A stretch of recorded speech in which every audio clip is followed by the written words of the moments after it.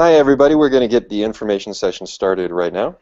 My name is James Rector and I'm here with my business partner and friend Matt Devine. We run Truth Teacher Services and today we're going to talk to you about teaching ESL and K through 12 in your subject areas in China and Korea.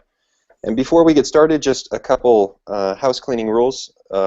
First of all, we want to answer your questions, and in order to gather your questions, please type anytime you have a question throughout this webinar, even right now, please type it in the chat.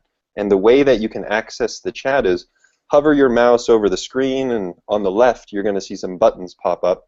And the very top left button is a blue and white chat icon. Just click that. It will open the chat on the right, and you can type your questions in there. We would appreciate if you stay muted throughout the conversation, just for the sake of a clean and organized talk, and we will mute you if you come in. So don't worry about that initially, but stay muted, please. Okay. Without further ado, we're going to get started, and Matt's going to tell you about the benefits of teaching abroad. So, my name is Matt Devine, and we will start to discuss the benefits. As you can see on this slide, of all the different things you can get involved in when you're abroad, there really is tremendous opportunity to prosper and grow in and out of the classroom. So, with Truth Teacher Services and with our teachers, we really want them to focus on this year not really being a gap year. And if you ever taught abroad, or if you ever been abroad, you realize all the different activities and groups and things you can get involved in. So, as you can see, having great experiences with your students, being able to join wonderful teams and organizations, learn different dances, attend festivals, of course enjoy delicious foods, learn the language, and of course, travel and experience other countries as well, and the country that you teach in. So, of course, teaching abroad, one of the biggest advantages that teachers kind of set their eyes on, and of course it shouldn't be overlooked, is the, well, I should say, are the benefits, and the salary being one of the most one of the biggest questions that teachers have. Salaries definitely vary per location and country and the cost of living. So in regards to the cost of living, so salaries in China can start anywhere from 1,000 US dollars to $4,000 a month, or even more, depending on whether or not you are a first-time teacher or not certified, or if you're a very experienced, well-trained, and international school teacher. So there's definitely a lot of opportunity depending on who you are and depending on what city you go to. Maybe you teach in a very busy city that's very modern and developed, like Shanghai or Beijing, for example, or perhaps you teach in a second or third tier city, which we'll talk about in this webinar. So those are the average salaries in China. With Korea, it's approximately close to 2,000 US dollars is the standard salary per month, and it can go all the way up to 2,500 or even more. So there's definitely an opportunity to save money. If you are someone who is really trying to, trying to save and trying hard to put money away or pay for bills or student loans and things like that at home, you can try to save anywhere upwards of 60% of your salary. The average savings, regardless of country, is usually around 30%. But it all depends on your goals. If you're a spendthrift person and you're just trying to have an enjoyable experience and you're not concerned about it at all, that's perfectly fine too. So now we'll talk a little bit more about life as an expat teacher. Yeah, so life as an expat teacher is definitely a fun time, but it's also a very professional time. So I just want to talk about a few of the most commonly thought of questions or concerns. First of all, it's the question of, do I need to speak the language? And the answer is no. The answer is no, you don't have to speak the language. However, we encourage you to learn the language before you go, when you're there, and by the end of the first year, hopefully you have a strong grasp of the language. You're obviously not going to be an expert at the language in 1 year. However, it depends on how much effort you put into it. You could be very passable by the end of your first year. And so lots of people make it their goal when they go overseas to China or Korea to learn the language. I'll speak specifically to China to Korea for a second. Much of the signage all over the city is all in English. Most people speak some modicum of English, even older folks, and when they see you, they understand that you're an English teacher, probably, and they're going to perhaps even try to speak to you in English, something that they learned in class. In Korea, they spend more money per capita than any other place on earth on English education, so they really want to use it. In China, it's an up-and-coming place with the English education market. Everybody wants to learn English. That doesn't mean that all signage is going to be in English in the smaller cities of China. And when I say smaller cities, I'm referring to cities of a few million people or even 10 million people. There are 50 cities with 10 million people in China. James, can I ask you a question specifically about Korea and your experience in Korea? I think it'd be good to share how language acquisition really helped you and how you enjoyed it day-to-day life. Can you give some examples of how it changed your life, honestly, when you were in Korea? If you go overseas, you want to be, and we're going to talk about this a little bit later in the webinar about culture shock and becoming adapted to the culture, and that should be part of your goal if you go overseas. I don't like to judge. I don't like to say what other people should do, but if you're going to a new culture for a full year or 2 years, you want to, I think that you should want to become one with your new culture, and learning the language is a big part of that. It really shows people around you that even if you're not an expert at the language, which you won't be, but even if you're trying hard to say something in the other language, you're putting yourself out there, you're acting the fool, so to speak, when you're speaking, that is going to ingratiate you to people around you. They're going to like you more. They're going to see that you're putting in the effort, and they're going to become friends with you. They're going to want to speak with you. They're going to want to teach you the language. So yes, learning the language is a big part of being an expat teacher. The next big question that people have in their minds about going overseas, especially girls, is safety, and probably also your family members' safety. It's very important that you are comfortable with the idea of going abroad before you go abroad. So I'm going to speak specifically to Korea and China about safety. If you take a look at this graph, which I just kind of looked around online for, it is a crime statistics graph.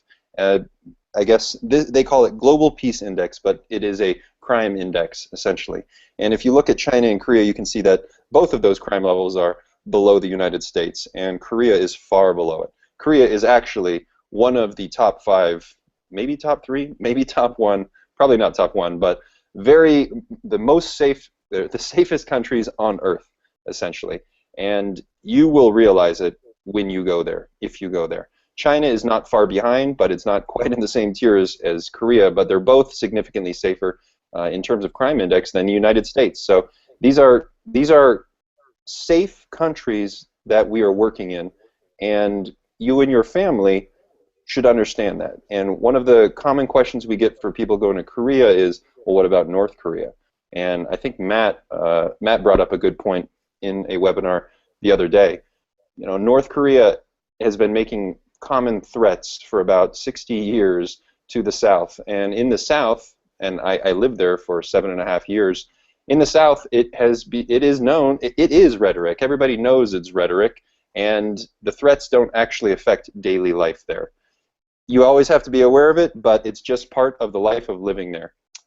You will get used to the frequent verbal attacks from the North that are displayed in newspapers, but people calling you from the States, talking to you about it, asking, worried about you, wondering what your evacuation plan is, they don't understand it because they're not there. They're not living the lifestyle. They're not living the everyday news culture. So it's not. Yeah, James, I think it's a great way to summarize this topic.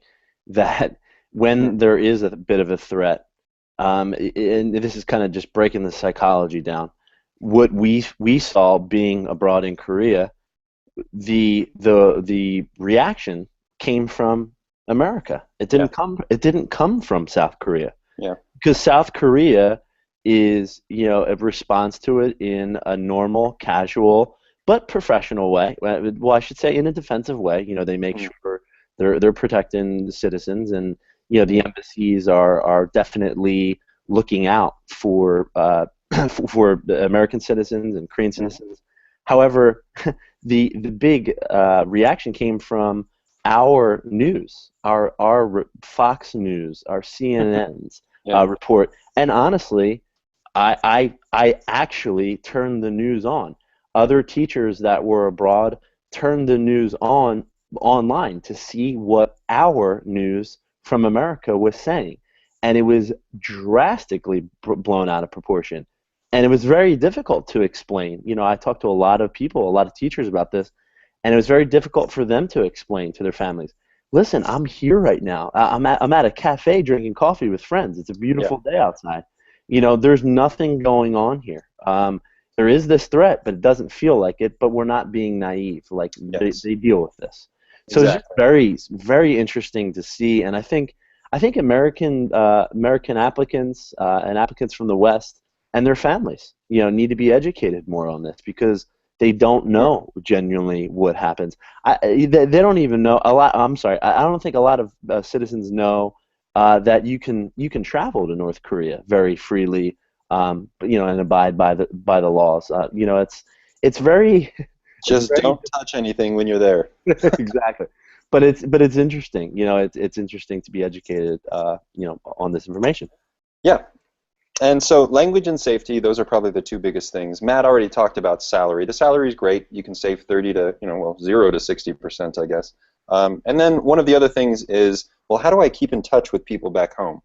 And that's a big kind of subconscious reason why a lot of people don't take the next step to teach abroad.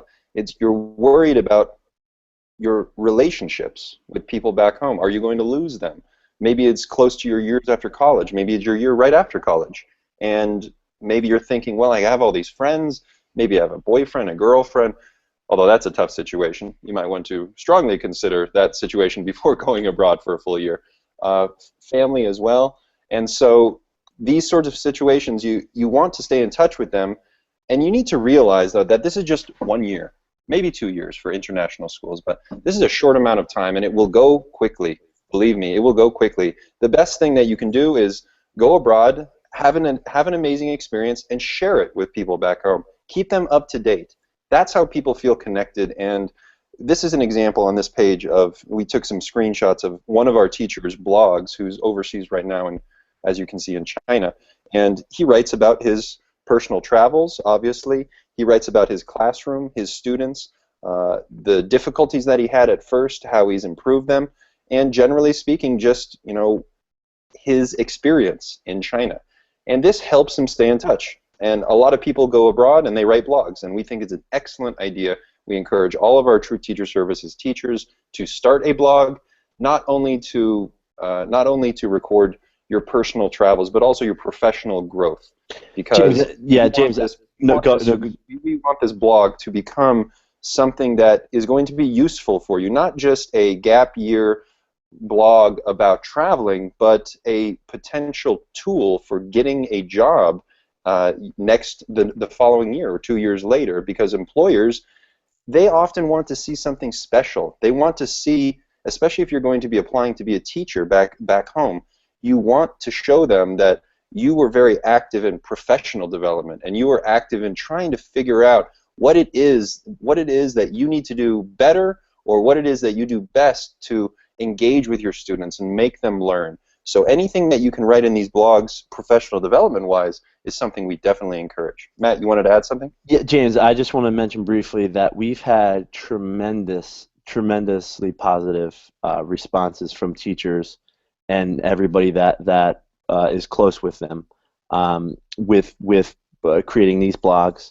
They could either be your standard content and picture blogs, video blogs. There's a lot of great stuff on the internet, and we can really help guide teachers to the appropriate sources. Yeah. But the feedback from family and friends really it's quite amazing to see. how they respond, and how amazed they are at what you put out there. So Yes. it's very positive and uplifting for all. Yes, yes.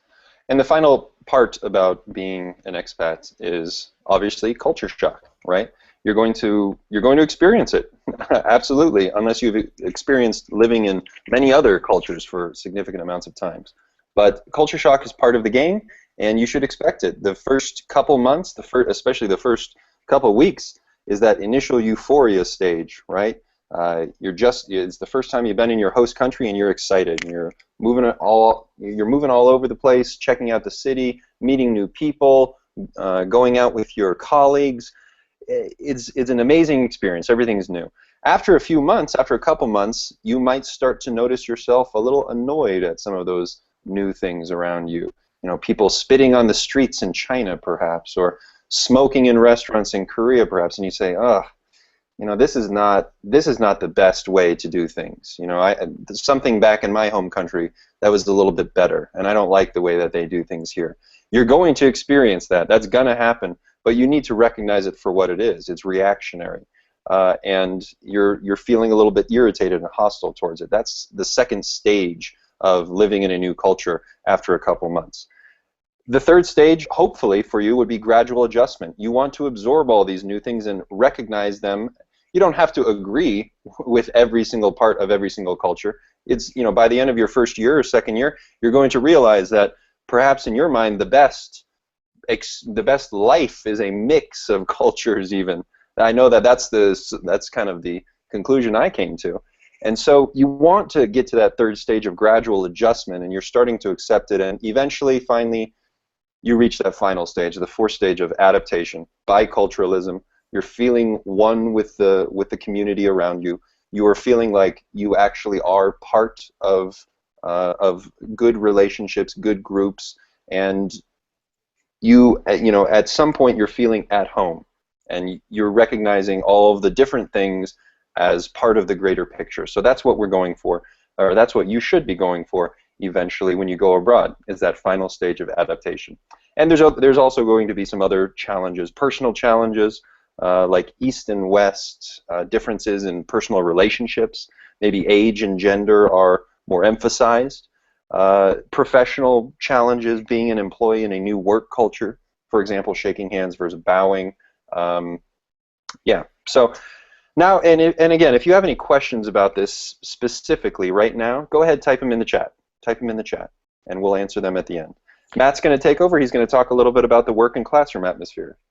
So yeah, as you see on this next slide, and are amused with the two different teacher types, both of these teachers symbolize what we like to call the 50-50 ratio. And what we mean by that are the different teacher types that are overseas. We believe that there might be around 50% of the teachers that are abroad, and they're really there for the wrong reasons. They really don't give their best efforts. They don't present themselves well physically. They're not taking their job seriously. And then you have the other half, the other 50%. Regardless if you're a certified teacher or not, you can be professional in your job if you have no experience. You can be professional in your job if you have a lot of experience.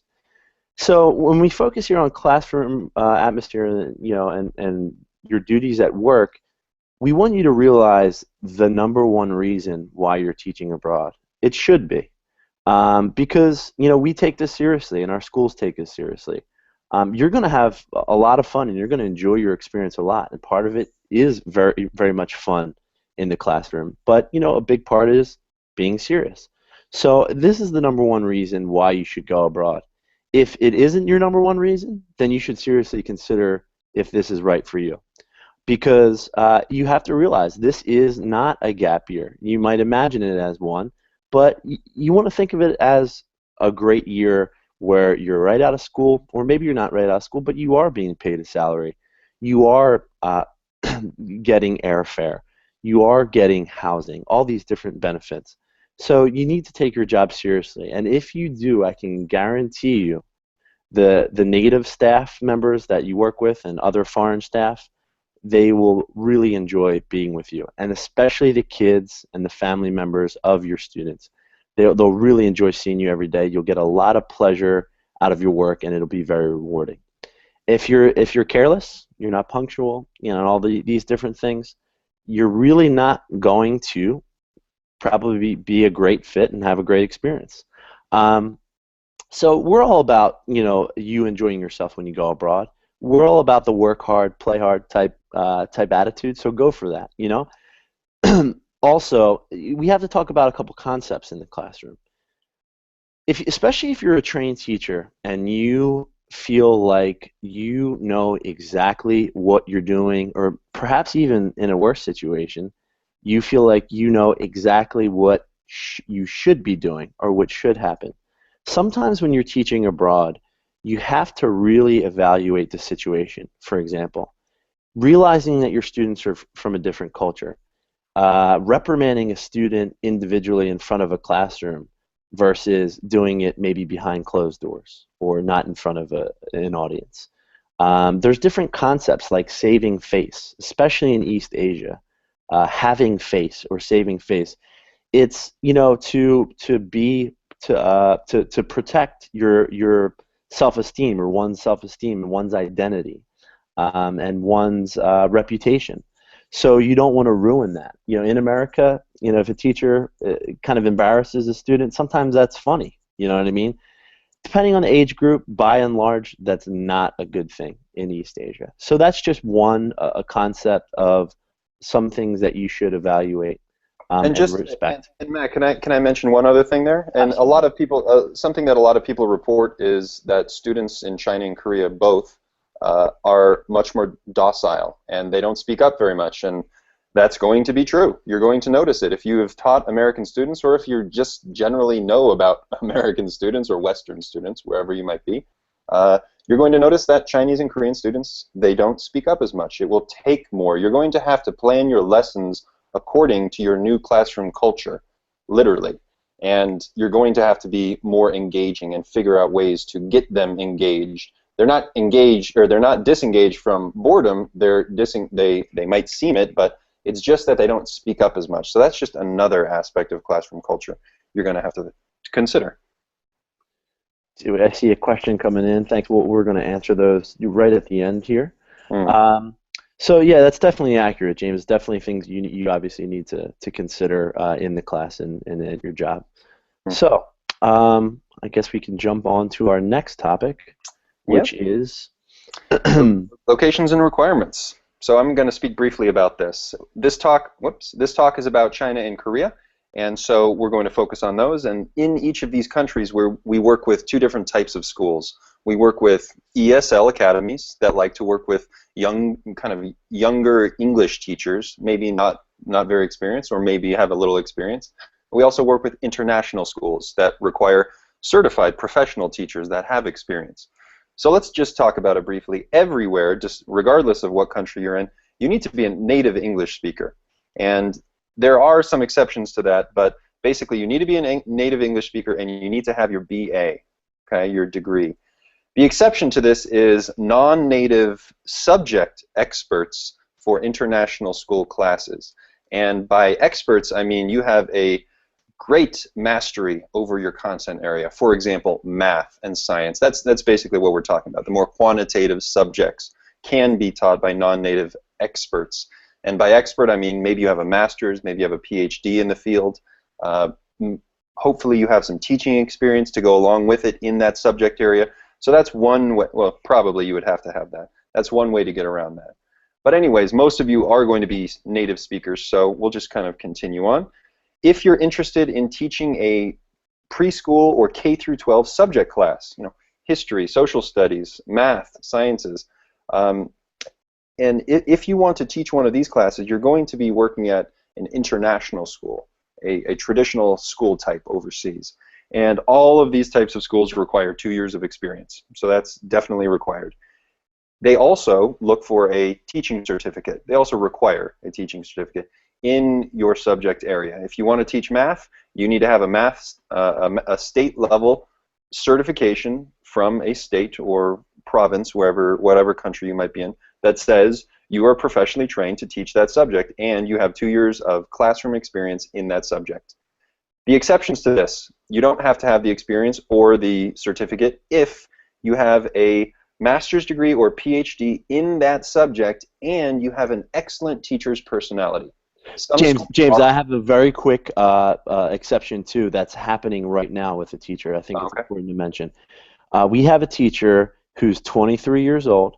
He's applying for an economics teaching position at an international school in China. He also has 2 full years of tutoring, 20 hours a week, for tutoring economics to ESL students, ESL high school and college students that are from overseas, and they're studying in the States. Right. So 20 hours is almost a full teaching load, and it's a part-time job that he has in the States while he gets his master's in finance and economics at university, and he has a grade 6 through 12 social studies teaching certification. So essentially, it's a unique background. He's proven, hey, I've done everything I could while being a graduate, and then studying for my master's, and then trying to teach while studying. So there is a school actually that said, hey, it was kind of a long shot recommended, and we managed his expectation. We said it's a small chance that you might get an interview opportunity, but based on all these experiences, and he's also a trader. He trades. So there's all these different things he has going for him to say, hey, I'm trying to be as serious as I possibly can, but I just can't take a full-time teaching job now. But would you consider me? And not saying that the teacher is going to get the job offer, but he's being considered and he's offered an interview. So I think that's great. Yeah, I misheard you on trader. I was like, okay, he's a trader. But I understand. And yes, that's a good point. And that also brings me to the exceptions for this. Basically, if you have mastery over your subject area and you can indicate that in some way, you have a master's degree, you've been teaching it for 10 years. If you can demonstrate mastery of the subject and you demonstrate that you're just a great teacher, you have a good personality, and at Truth Teacher Services we allow you to, well, actually we ask you to create video questionnaires on your profile. It's a nice little technology we have on our website, and it allows your personality and your passion for education to come out and for employers to see it. And if you can convince these people of why they want to hire you, they're gonna make efforts to try to get you through to try to get you past the visa requirements. It's all very personal relationship based, getting these visas in these countries. Some of it is very stringent if you're in one of the major cities like Beijing and Shanghai and Seoul. They're gonna, well, Beijing and Shanghai specifically, but basically, if you feel like if you feel like you're qualified and you have a great personality for it, contact us, and we're going to try to do what we can to get you placed at a school that you'd be interested in. All right, so let's talk about ESL classes. English is a second language. This is the type of class that many young graduates teach up through age 55. And in Korea and China, there's a huge market for it, but to be honest, China is the bigger market. Right now, Korea is very saturated. A lot of the public school programs have shut down recently, and therefore a lot of teachers are looking for jobs in Korea. And this kind of gives the schools over there, the ESL schools, a lot of power to pick and choose who they want, and perhaps not to value teachers as much as they should, because teachers are the core of these businesses. ESL academies are businesses. They are not traditional schools. They teach year-round English classes and SAT test prep classes as well. And so these sorts of places in Korea versus China, you can see a major difference in ability to get a job. If you really want to get a job, China's the place to be. If you have a very strict requirement for working in Seoul, South Korea, Central Seoul, you need to have a good salary, you're going to find it very difficult, very difficult. So we do focus, and we do try to make everybody consider China. I mean, it's an up-and-coming country. It's the happening place. It's where a lot of people want to be. The language is very, very valuable to know, to learn. And so China is definitely a big market, and we think that everybody should consider it. For these sorts of classes, ESL classes, you don't need any experience, but depending on the location, you might need some experience. In Korea, 0 years. In China, it depends on location. If you're in one of the top 4 kind of first-tier cities in China, that's what they call them. First tier, second tier, third tier. If you're in one of the first-tier cities, you need 2 years of experience. It's a visa requirement. It's not our requirement. It's not the school's requirement. It's a visa requirement by the government. If you move down to one of the second-tier cities or third-tier cities, and keep in mind, these cities are still huge, and they're very modern. So these are not, boondocks or rural areas. These are very nice cities still. But in some of these less well-known cities, places like Wuhan and Ningbo, right? These places are not, they're not the romantic ideals of going abroad as an expat because you don't know about them. But that's the reason why the requirements are lower, because they want to attract teachers to these up-and-coming cities with lots of wealthy Chinese people that are wanting their kids to learn English. That's such a big focus in China these days, this up-and-coming middle class that has this demand for English education starting at a very young age for their kids. So these places you can get in with 1 year of experience, or I don't like to encourage this, but there's potential for the near future for having 0 years of experience to be teaching ESL in China. So contact us about that if that is indeed your situation. The one thing they do want you to have, no matter where you teach ESL, is a TEFL certificate, as you see in the bottom right, that picture there. TEFL, T-E-F-L language. You can get one of these certificates online. 120-hour courses. They're modestly priced, $250 to $350 usually for all of these types of courses. We can get you a 10% discount on a course that we actually really like. We've taken it. We think it's good. So actually, Matt, if you could copy and paste that link into the chat, just so people can go take a look at it on our website, that would be good. Sure. And so that concludes the locations and requirements. Let's talk a little bit about application timelines and deadlines. Matt, take it away. Matt, you there? You might be on mute. Still here. So yeah, we're going to talk about the application timeline and deadlines, and we're just briefly going to hit on the most important dates and other possibilities. So first, we're going to start on the left side here and discuss the hiring seasons for teaching K through 12 at international schools. And what we mean is subject-specific positions. As James mentioned before, you need a certification. You need the 2 years. Very certain circumstances might help you get in, but by and large, the vast majority of schools, they're strict for requirements and experience. Anyway, they do indeed start looking very earlier than we would in the West to apply to schools for the following school year. Even as early as December, but usually starting in January, and they usually want it to be a quick 2-month process. January, February, mid-March, they're finished. They want to be finished. If it gets into April and they're still recruiting for August, they're in a very uncomfortable position, and they don't want to be like that. And the reason is because our international schools, they're very organized. They like to have all their teachers hired, all their references checked, have them getting welcome and information packets about the school, agendas, and just getting them mentally prepared, handling their visa, and making sure they're ready to go essentially 2 weeks before to get assimilated, make a smooth transition into their new apartments, and just be ready to go.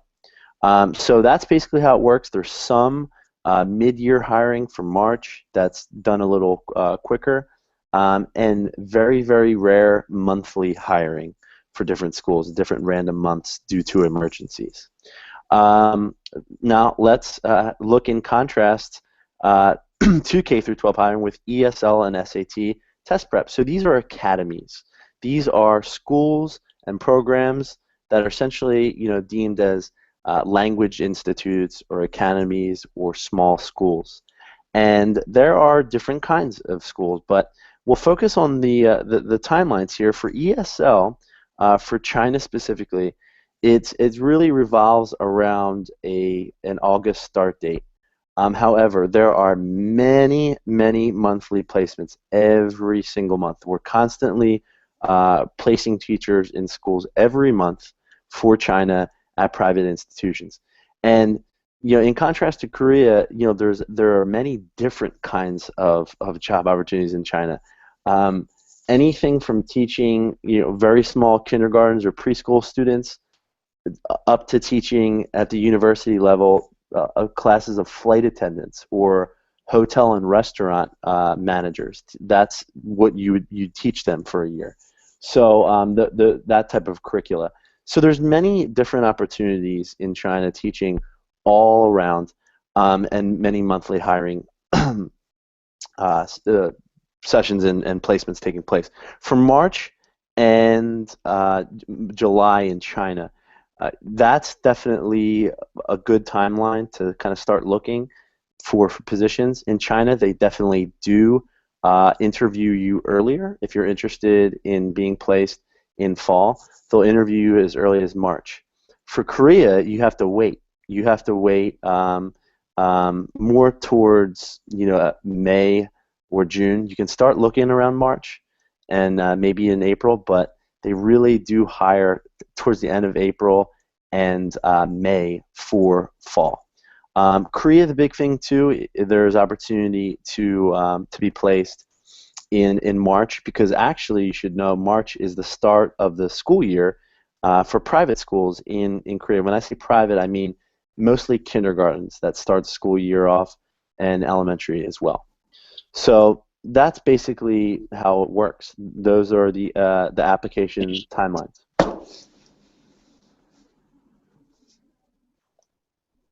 Yeah, and we have one more thing we wanted to talk about there, I think. Required application documents.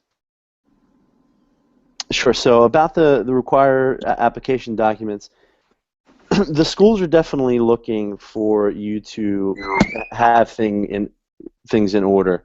They really want you to be to be organized specifically for Korea. There's a huge emphasis on having your documents in line, because they really want you to be prepared with those documents, and it's much more saturated in Korea these days. So they are interviewing applicants that have their FBI background check, and you see that sign there, the request for the background check and your diploma. There's two important documents you need to have for Korea specifically: the criminal background check, and then a special stamp that you have to get separately called an apostille. And then with your diploma, you need to get that copy notarized, and then you also have to get that specially stamped by the Department of State. So there's kind of four crucial parts to the application process for Korea. China, in contrast, it's quite simple actually. You can get a state-level check, background check, and you can get that rather quickly, within days. And you can also get your original copy of your notarized diploma, and you can scan those documents when applying for jobs. So the application process for China is much faster. The processing for China can take maybe a little bit longer, maybe an additional few days or a week, when the documents are being processed at immigration. But the process is definitely a little bit more complicated for Korea, but that's their preference, and you need to have your required documents in hand. So that's definitely important to note. All right, just a few closing notes. We're going to follow up with everybody via email, and so don't worry about that. And let's get to some Q&A. Please, right now, as you're thinking, as you just listened to us, you probably have one or two questions, right, floating around in your mind. Maybe you're imagining living in a new culture. Maybe you're imagining teaching in a new classroom. What are some questions that you have? What are some fears? What are some concerns?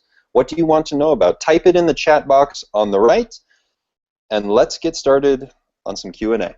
Thanks very much for attending today.